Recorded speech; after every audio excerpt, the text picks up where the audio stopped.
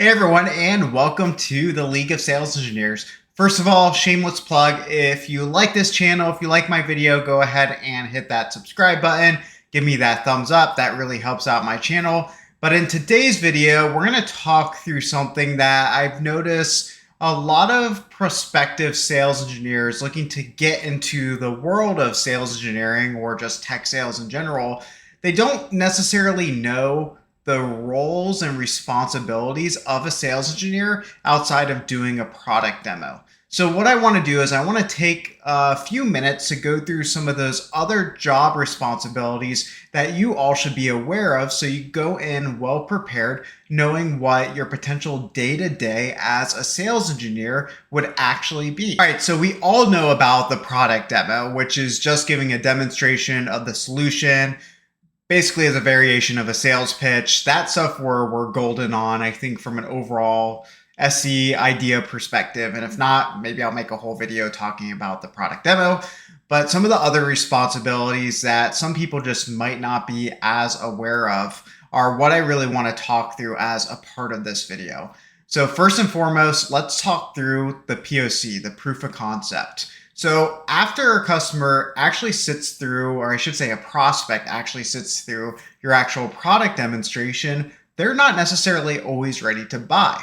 A lot of times they want some sort of validation, they want proof, and they want to actually trial out your solution in order to identify if your product solution, what you're actually trying to sell, is a good fit for their organizations. Hence the proof of concept. So it's similar to if you ever sign up to any sort of subscription service yourself and you want to try out a 7-day trial, it's the same concept. They'll work with you as a sales engineer to help them through the proof of concept, configure anything that's necessary based on their business need to actually demonstrate if your solution actually solves for the business need that you're promising during the discovery as well as the demo call of the actual sales cycle. The next, which is fairly lesser known than even the proof of concept, is the RFX process. So RFX, it's another term for request for something. So what you'll normally run into is an RFI or an RFP. An RFI is going to be request for information. An RFP is going to be request for proposal.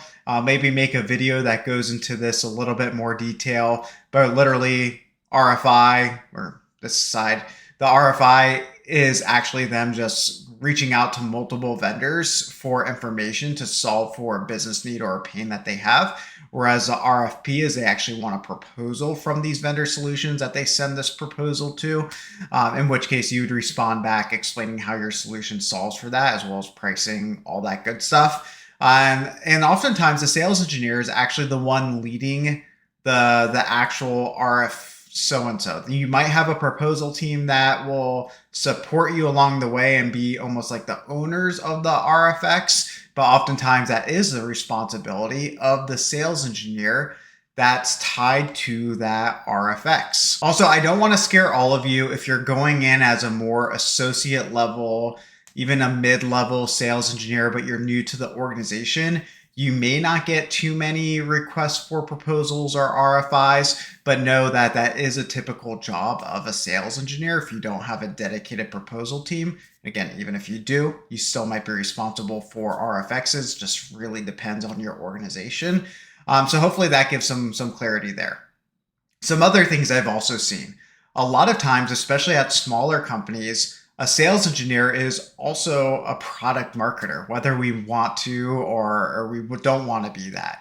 So in other words, because we have the product knowledge, we also have the business acumen, so we have kind of a mix of both, we're oftentimes responsible for creating articles, blog posts, videos for the website, videos for the YouTube channel, all this content that the sales team might actually leverage either during a presentation or to send out to a lead. So a lot of times we're actually almost like, again, product marketing. We're content creators for a lot of organizations. Not necessarily so for the enterprise companies out there, maybe a little bit, but for the smaller companies, I've seen a lot of sales engineers have a large responsibility of that content creation. Another more obvious one is outside of doing the demo, you're the technical subject matter expert during the actual sales process. And that can mean a lot more than just the product demo or even the proof of concept. Any sort of technical questions your customers have, or even your sales rep you're working with has, you should be there to assist them along the way. So when a customer sends an email with a quick inquiry, you want to be as responsive as possible to that inquiry. That's one way to win trust with your customer. So just being a technical advisor is such an important role during the actual sales process for an actual sales engineer. A sales engineer is often the liaison between the sales team and the product team as well. So that's something definitely important to note.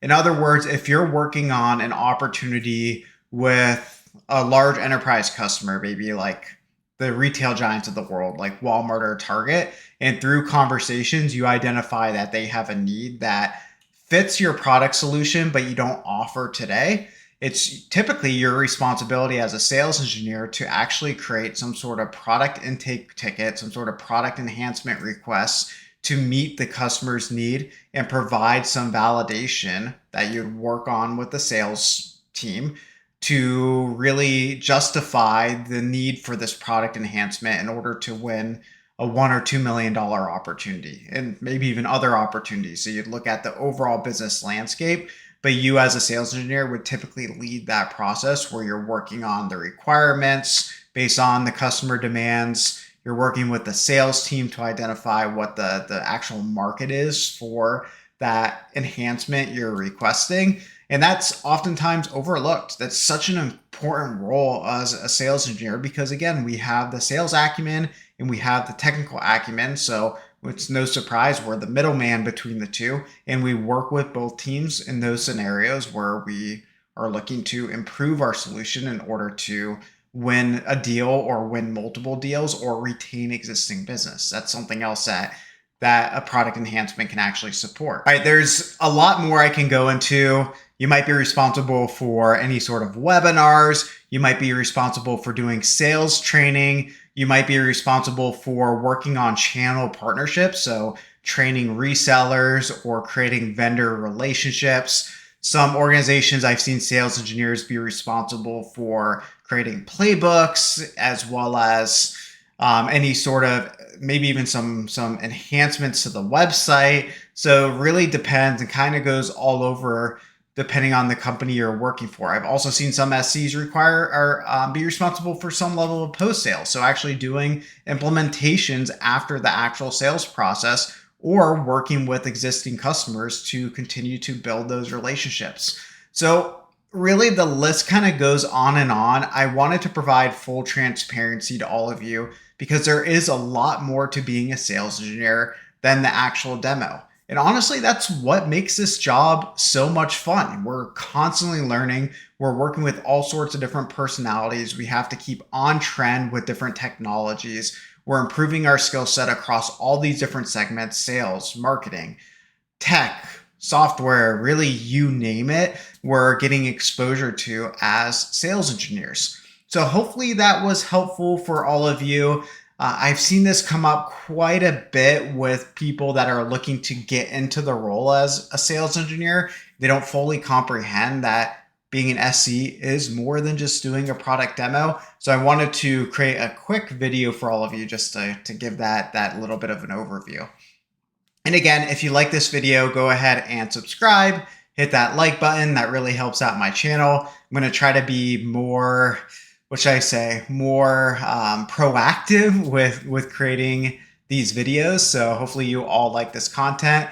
And yeah, stay connected. Let me know what you think in the comments below.